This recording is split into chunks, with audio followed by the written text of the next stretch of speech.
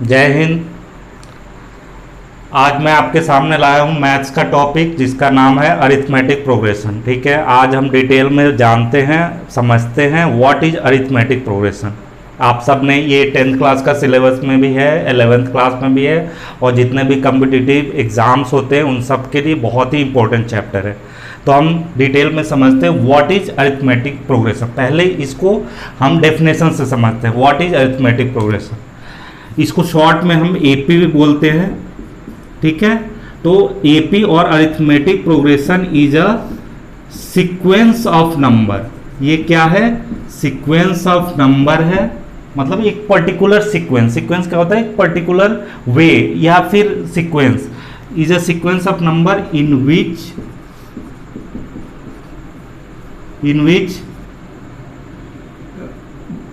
the difference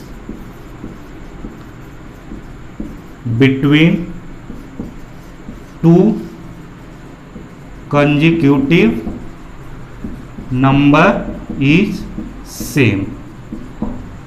क्या है? AP is a sequence of number in which the difference between two consecutive number is same. For example देखते हैं। Suppose ये 2 है, 4 है, 6, 8, 10। कंटिन्यूड। अब देखते हैं इसमें ये क्या है। This is first term. ये क्या है? ये है फर्स्ट टर्म। ठीक है, दिस इज सेकेंड टर्म। ये है थर्ड। इस तरह से फोर्थ, फिफ्थ, ये सारे क्या है? टर्म है। ये जो फर्स्ट टर्म को क्या बोलते हैं? फर्स्ट टर्म को ए से डिनोट करते हैं। क्या करते हैं? First term equals to a. Second number A2, A3, A4, इस तरह से सीक्वेंस चलता है। ठीक है, अब ये तो हो गया टर्म्स, ये फर्स्ट टर्म है ये। नाउ कॉमन डिफरेंस, इसमें क्या होता है? एक होता है कॉमन डिफरेंस। ठीक है, तो अब कॉमन डिफरेंस कैसे निकालते हैं? इसमें जो सेकेंड नंबर है माइनस प्रीसीडिंग नंबर, जो पहले मतलब प्रीवियस नंबर है, सेकेंड नंबर में से प्रीवियस नंबर क्या करते हैं? अपन सब्ट्रैक्ट करते हैं। सपोज ये क्या है? ये कौन सा टर्म है? सेकेंड टर्म है, तो इसको A2 बोलेंगे। A2 माइनस, और ये है फर्स्ट टर्म, ए बोलो या फिर आप A1 बोलो। ठीक है, तो A2 माइनस A1 बोल देता हूँ। A2 क्या है? 4 माइनस 2, तो ये क्या आया? ये 2 आया। मतलब कॉमन डिफरेंस जो D है वो क्या आया?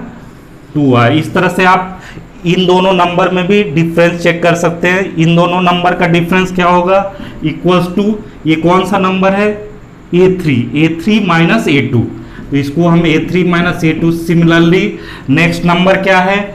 A4 minus A3। इस तरह से जो सेकेंड नंबर है या जो नेक्स्ट नंबर है उसमें से हम प्रीसीडिंग नंबर, प्रीवियस नंबर क्या करते हैं? सब्ट्रैक्ट करते हैं। इस तरह से क्या आता है आपका? Common difference D। ठीक है, अब हमारे पास A आ गया। A क्या है? फर्स्ट टर्म है। ठीक है, A क्या है? फर्स्ट टर्म आ गया। A है, जैसे इसमें A क्या है? A इक्वल्स टू 2 है, और डिफरेंस क्या हो गया? 2। ये आपका आ गया A और D।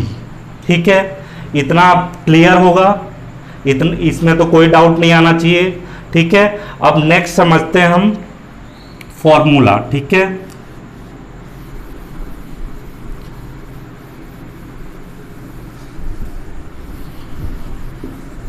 नेक्स्ट समझते हैं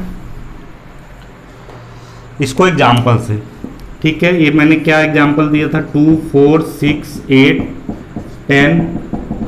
कंटिन्यूड। ठीक है, इसमें A आ गया 2 और D आ गया 4 minus 2, second number minus first number, या फिर third number minus second number, ये आ गया 2। इतना आ गया। अब देखो आप इसमें क्या, देखो ये पहला नंबर A है 2, इसमें जो डिफरेंस है देखो सब में इसमें क्या है? डिफरेंस ऐड हुआ है।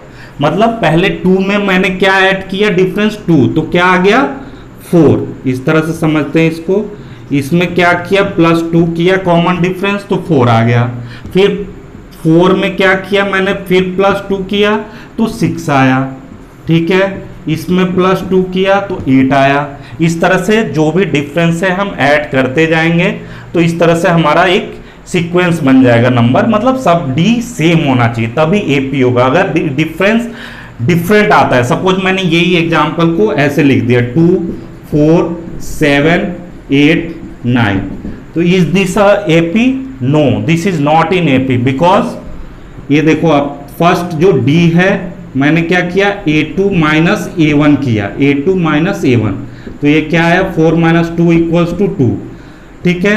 सेकेंड डिफरेंस जो है ये d2 मान लो ये आया, तो d2 मैंने क्या किया 7 माइनस 4, तो ये क्या आ रहा है 3, तो 2 इज नॉट इक्वल टू 3, मतलब दोनों d सेम नहीं है, so this is not an AP. इस तरह से आप चेक कर सकते हो एपी में है या ये सीक्वेंस, कोई भी सीक्वेंस एपी में है या नहीं है, उसके लिए फर्स्ट ऑफ ऑल आपके पास डी सेम होना चाहिए, ठीक है। और कॉमन डिफरेंस जो है, जो कॉमन डिफरेंस है,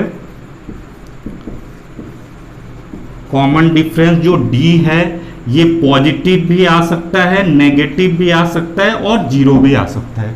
इसमें से आप कॉमन डिफरेंस कुछ भी आ सकता है, ऐसा जरूरी नहीं है कि it should be positive only, it can be positive also, it can be negative also और it can be zero also, ठीक है।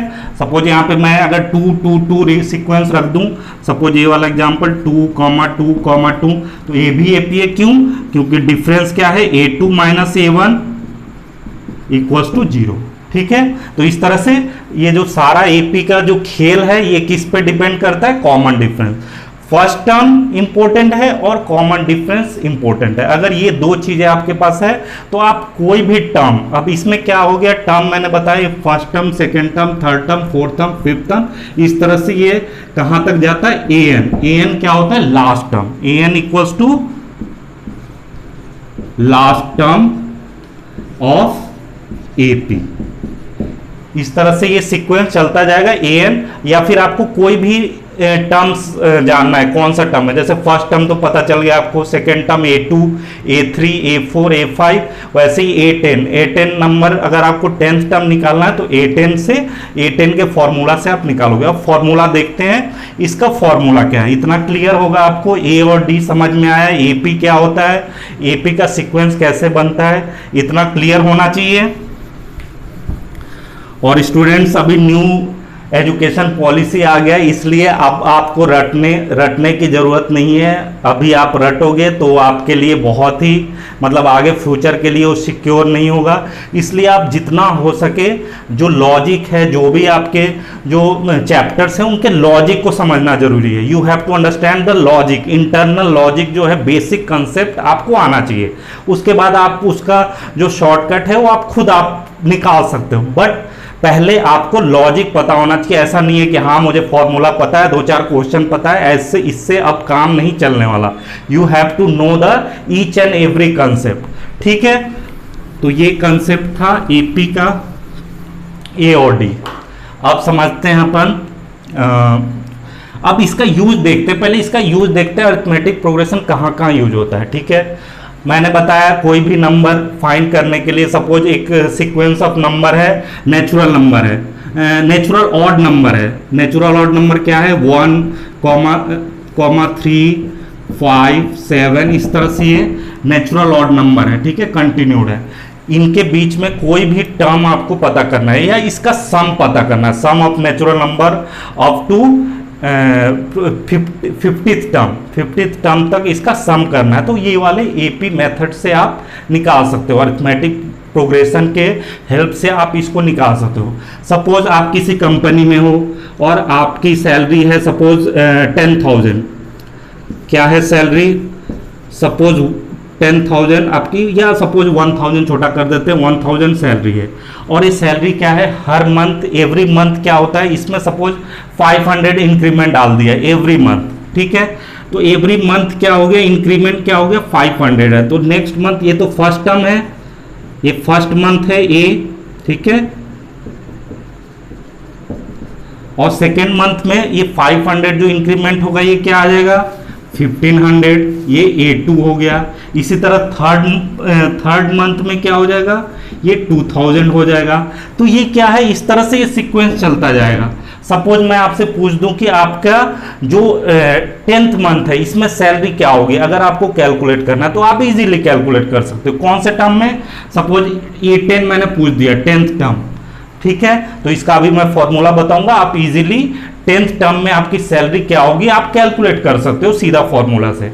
ऐसा नहीं है कि आपको एक एक चीजें लिख के और ऐड करके करना है डायरेक्ट फॉर्मूला से। तो यहाँ पे इसकी यूजेज है।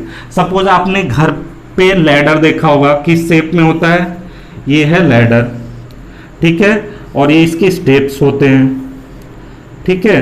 तो आप देखो ये स्टेप्स जो बने हैं ये क्या है, इनमें ये डिक्रीजिंग, इसका लेंथ जो है डिक्रीजिंग वे में जा रहा है ऊपर की तरफ नीचे की। सपोज ये 30 सेंटीमीटर है, तो ये ऊपर देखो ये इससे छोटा है, तो ये प्रॉपर सीक्वेंस में होता है। ऐसा नहीं है कि इसको मैंने थोड़ा छोटा डाल दिया इसको थोड़ा बड़ा, तो ये क्या होगा, ये लैडर आपका वर्क नहीं करेगा। तो इसके लिए एक प्रॉपर सीक्वेंस होना चाहिए, जैसे ये डिक्रीजिंग वे में जाना चाहिए। 30 सेंटीमीटर है, सपोज ये डिफरेंस जो है मैंने 3 सेंटीमीटर डाल दिया या 2 सेंटीमीटर डाल दिया, आप कितना भी डाल सकते हो।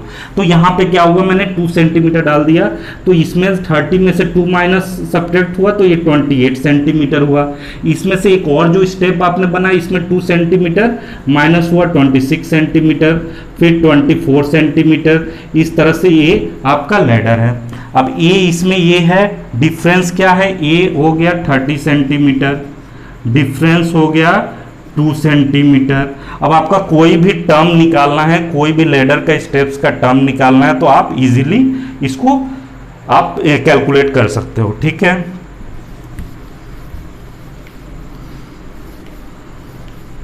तो नाउ हम देखते हैं formula general term of AP, to find the general term of AP, ठीक है। तो फर्स्ट टर्म क्या था, मैंने क्या बताया था, टर्म्स क्या है,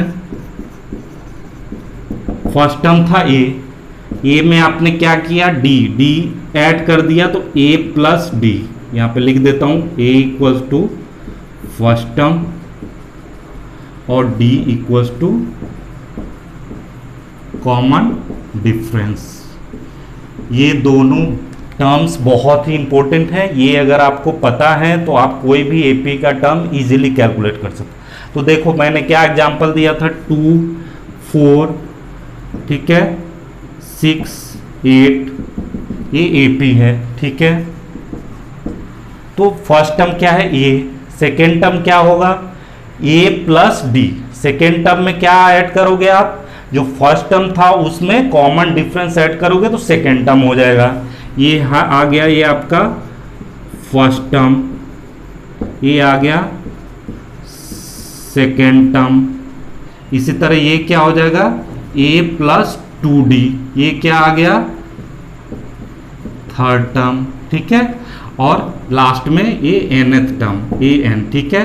तो ये क्या हो जाएगा, अब देखो आप जो फर्स्ट टर्म है उसमें ए है, उसमें डी नहीं होता, ठीक है, और डी के साथ ऐड नहीं होता, फर्स्ट टर्म ए होता है, ठीक है। सेकेंड टर्म में देखो क्या है, ए प्लस डी, सेकेंड टर्म में क्या है, ए प्लस डी, थर्ड टर्म में क्या है, ए प्लस 2d। तो यहाँ पे देखो जो भी टर्म है उससे एक नंबर कम होता है जो डी होता है, जैसे थर्ड टर्म है तो ए प्लस 2d। अब मैं पूछूं आपसे 10th टर्म क्या होगा, तो ये क्या हो जाएगा, ए प्लस 10 से एक कम तो 9d, a प्लस 9d हो जाएगा, ठीक है। तो उसी तरह ये nth टर्म जो होगा, a प्लस जो n का जो भी टर्म होगा, जैसे ये थर्ड टर्म था तो ये 2d आया, सपोज nth टर्म है तो ये क्या आ जाएगा, n माइनस 1 इंटू डी, ये आ गया an a plus n minus, जो भी टर्म होंगे उससे एक नंबर कम होगा जो d से मल्टीप्लाई होगा, जैसे, और ये तो सब में ऐड होगा a प्लस 2d। तो इस तरह से 10th टर्म निकालना तो a प्लस 9d। अगर मैं बोल दूं 50th टर्म निकालो तो क्या करोगे, a प्लस 50 में से एक कम, ये क्या हो जाएगा 49d, ठीक है। तो फॉर्मूला क्या था, कोई भी टर्म, जनरल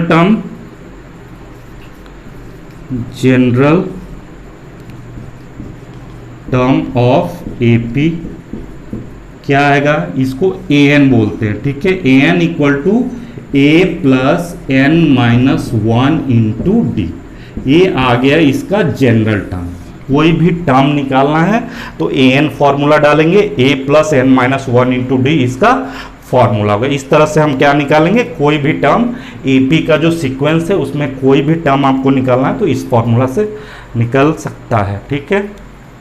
और nth टर्म जो an होता है वो हमेशा लास्ट टर्म होता है। an क्या होता है ये आपको याद रखना है, this is very important. an equals to last term.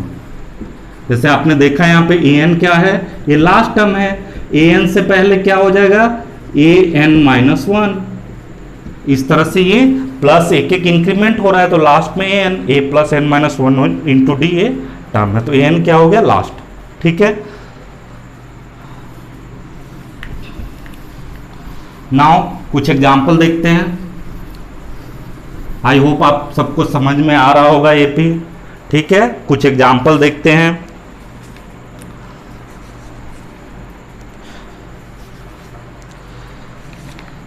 First question है, एग्जाम्पल से जो भी डाउट है वो आपके क्लियर हो जाएंगे, और कोई भी डाउट है विच, ये आपके क्लास 10th एक्सरसाइज के क्वेश्चंस कुछ हैं वो मैं आपको सॉल्व करके एग्जाम्पल के, which term of the AP 3, 8, 13, 8 is 78। Question क्या है, which term of the AP 3, 8, 13, 18 is 78, ठीक है। तो which term of the AP, तो टर्म फाइंड करना है। टर्म क्या होता है, एन।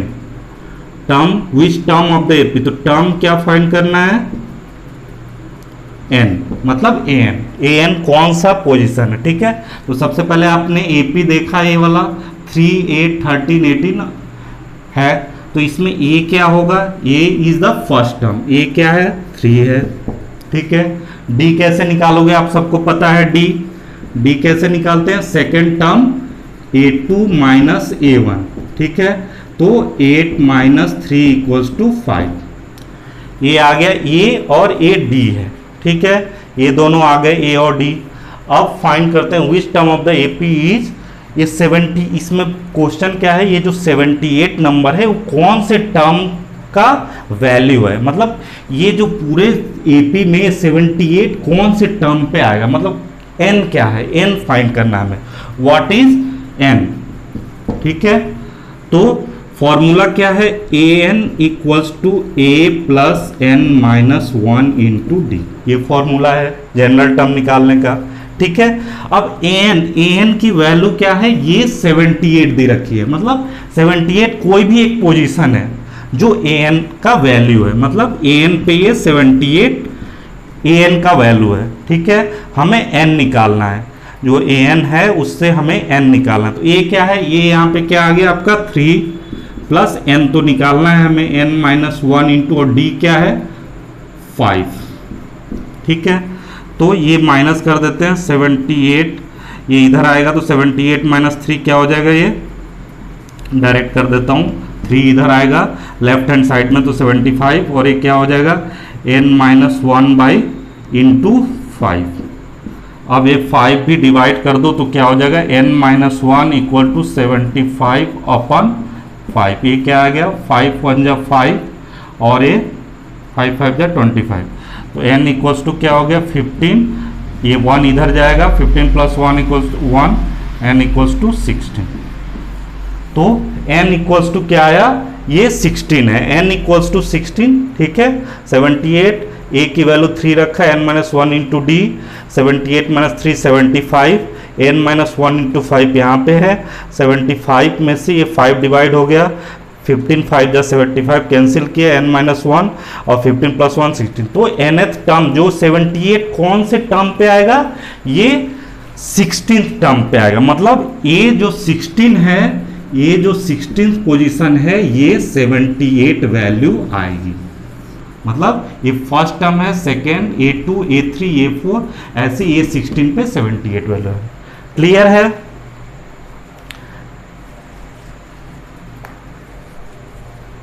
नाउ एक दो और क्वेश्चन करते हैं, फिर ये सारा कंसेप्ट आपका क्लियर हो जाएगा फ्रेंड्स। और आप एपी में, आई होप आपको कोई डाउट नहीं आना चाहिए इसको करने के बाद, ठीक है। नाउ सेकेंड क्वेश्चन है, find the number of terms in each of the following AP, ठीक है। Find the number of terms in each of the following AP. अब हमें नंबर ऑफ टर्म्स फाइंड करना है। नंबर ऑफ टर्म्स क्या होते हैं? n। कोई भी नंबर होता है, टर्म्स का नंबर तो n होता है, जहां भी नंबर आ गया और टर्म्स आ गया तो n होता है, ठीक है। ये 205 ये एपी का सीक्वेंस है, ठीक है। तो अब देखो इसमें मैंने क्या बोला, सबसे पहले ए फाइंड देखना है। इसमें ए क्या है? 7, ठीक है। कॉमन डिफरेंस क्या है? Second number minus first number, 13 minus 7 6। और ये देखो ये लास्ट नंबर क्या है? 205। तो लास्ट नंबर मैंने क्या बताया था, क्या है फ्रेंड? ये है an। an equal to 205। Last number an क्या हो जाएगा? जो 205 है, ठीक है। तो फॉर्मूला क्या है आपका? जनरल टर्म का फॉर्मूला क्या है? an equals to a plus n minus 1 into d. an क्या है? 205, a क्या है? 7। हमें n निकालना है। n equals to what? क्योंकि नंबर ऑफ टर्म पूछा है, तो 7 plus n minus 1 into d. D क्या है? 6। तो ये 205 माइनस 7 किया तो क्या आया? 198 equals to n minus 1 into 6। 6 से डिवाइड कर दो इसको, n माइनस 1, ये मैंने इसको इधर लिख लिया, 198 बाई 6। 6 3 जा 18, 6 3 जा 18, n इक्वल्स टू, ये प्लस 1 इधर चला जाएगा, n इक्वल्स टू 34। तो ये कौन सा टर्म है जो कितने नंबर ऑफ टर्म है पूरे एपी में? नंबर ऑफ टर्म्स जो है वो 34 है, ठीक है। तो दिस इज द आंसर, ठीक है। इस तरह से आप ए, डी और n, या तो a पूछेगा आपसे, d पूछेगा, n पूछेगा और nth टर्म पूछेगा। सारा कंसेप्ट मैंने आपको ऑलमोस्ट बता दिया है, इसमें कोई प्रॉब्लम नहीं आना चाहिए। ए फर्स्ट टर्म है, डी डिफरेंस है। एक और लास्ट क्वेश्चन मैं आपको बताता हूं, इस टाइप के क्वेश्चन भी बहुत आते हैं important. An AP consists of 50 terms of which an AP consists of 50 terms of which third term is 12 and last term is 106. Find the 29th term, ठीक है। तो an AP consist of 50 terms. Total कितने हैं? A1 A2 A3 A50 तक है, 50 terms है, of which third term है वो 12 है। तो थर्ड टर्म को क्या लिखते हो आप? How can you right the third term? Third term को मैंने क्या बताया था, इसको शॉर्टकट कैसे लिखोगे? a plus 2d। मैंने क्या बताया था, थर्ड टर्म जो है तो a plus 2d। Fourth term है तो a प्लस 3d लिख सकते हो आप। फिफ्थ टर्म है तो a प्लस 4d, मतलब जो भी टर्म है उससे एक कम, ठीक है। तो a प्लस 2d क्या है? इज 12। जो थर्ड टर्म है वो क्या है? 12 है। तो a plus 2d equals to 12 लिख सकते हो, ठीक है। तो ये आपका, और लास्ट टर्म जो है इसको आप लिख लो a equals to 12 minus 2d। ये इक्वेशन 1 आ गया। और लास्ट टर्म क्या होता है? an। हमेशा आपको याद रखना है लास्ट टर्म जो होता है वो an होता है, ठीक है। तो last term an equals to 106। तो an को क्या लिखोगे? a plus n minus 1 into d, ठीक है। ये लास्ट टर्म है, ठीक है, 106। तो 50 टर्म्स है तो लास्ट टर्म क्या है? लास्ट टर्म क्या है, ए प्लस ये क्या हो गया 50 टर्म है, तो 50 माइनस 1 क्या हो जाएगा 49d इक्वल्स टू 106 लिख सकते हो आप, क्योंकि लास्ट टर्म है। तो 50 टर्म है तो मैंने क्या बताया था, a प्लस 49d हो जाएगा इक्वल टू 106। तो ये क्या आ जाएगा 106 माइनस 49d, ये आ गया आपका सेकेंड इक्वेशन। ठीक है, ये फर्स्ट इक्वेशन आ गया। ऐसे जो क्वेश्चन है जिसमें एक से ज़्यादा टर्म की वैल्यू दी रखी होती है, तो वो आप क्या करोगे, सब्स्टिट्यूशन मेथड से आप इसको सॉल्व कर सकते हो। मींस दोनों की ए निकालो या डी निकालो और दोनों को सब्स्टिट्यूट कर दो। जैसे मैंने थर्ड टर्म में जो वैल्यू थी वो लिख लिया, लास्ट टर्म में जो वैल्यू थी वो लिख लिया। अब दोनों को सब्स्टिट्यूट कर देंगे फ्रॉम इक्वेशन 1 एंड 2। आप इसको लिख सकते हो, ये वाला मैं रब करता हूँ ऊपर वाला, या फिर यहाँ ये क्वेश्चन रब करता हूँ। ठीक है, इसमें हमें निकालना है फाइंड द 29th टर्म। ठीक है, तो पहले हमने ए और ये सब्स्टिट्यूट कर दिया, तो ये क्या आ गया 12 minus 2d equals to 106 minus 49d। ठीक है, तो ये क्या आ जाएगा, ये इसको माइनस 2d ये इधर ले आओ आप, plus 49d equal to 106 minus 12। तो ये क्या आ गया 47d इक्वल्स टू ये 106 माइनस 12 क्या आता है 94। ठीक है, तो d इक्वल टू क्या हो जाएगा 94 बाई 47 इक्वल्स टू 2। तो देयरफॉर d इक्वल्स टू 2 आया, d आ गया आपका। तो d की वैल्यू आप इक्वेशन 1 में रख सकते हो। ठीक है, ये क्वेश्चन में ये टर्म निकालना है, इसको एज इट इज रखते हैं। ठीक है, तो d की वैल्यू मैंने किस में रख दिया, इसमें रख देता हूँ, इस वाले फॉर्मूला में a equal to 106 minus 49d। ठीक है, तो a इक्वल टू 106 माइनस कोई भी फर्स्ट इक्वेशन या सेकेंड इक्वेशन किसी भी एक इक्वेशन में आप पुट कर सकते हो, 49 इंटू 2। तो ये क्या आ गया a equal to 106 minus 49 into 2 क्या होता है 98। तो a क्या आ गया, देयरफॉर a इक्वल्स टू 8। ए और डी आपको मिल गया इससे, फर्स्ट और सेकेंड इक्वेशन से ए और डी आ गया। अब आपको क्या निकालना है, फाइंड द 29th टर्म। तो 29th टर्म क्या है, a 29th equal to A plus 28d लिख सकते हो। 29th टर्म निकालना है, तो ये क्या है 8 प्लस 28 इंटू 2। ठीक है, तो 8 प्लस 28 इंटू 2 क्या आया 56, 56 प्लस 4 क्या आया 64। तो 29th टर्म जो आया ये आपका क्या आया 64। ठीक है, तो इस तरह से आप 29th टर्म इस तरह से निकल गया आपका।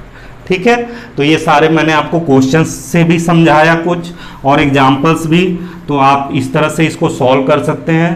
और आप जो भी आपके मैथ्स एक्सरसाइज है उससे आप ट्राई करें क्वेश्चन। कोई भी डाउट हो तो आप कमेंट कर सकते हैं। अब एक टॉपिक और रह गया है, उसको मैं नेक्स्ट लेक्चर में सेकेंड पार्ट में आपको उसको क्लियर कर दूंगा, जो सम ऑफ nth टर्म है। ठीक है, ये फर्स्ट जो आपके फोर एक्सरसाइज हैं आपके चैप्टर 5 में, अर्थमेटिक प्रोग्रेशन में 10th में। ठीक है, और ये 11 के लिए भी बेसिक, अगर आपको कंसेप्ट क्लियर नहीं है तो 11 के लिए भी आप इसको कर सकते हो। और कोई भी कम्पिटिटिव एग्जाम के लिए आप ये वाला कंसेप्ट समझो आप। अब रट्टाफिकेशन से काम नहीं चलेगा, इसलिए आप जितना अच्छा हो सके जो बेसिक क्लैरिटी है उसको क्लियर करो। ठीक है, तो नेक्स्ट पार्ट में आपसे मिलूंगा नेक्स्ट एपी के सेकेंड पार्ट के साथ। तब तक के लिए गुड बाय, थैंक यू।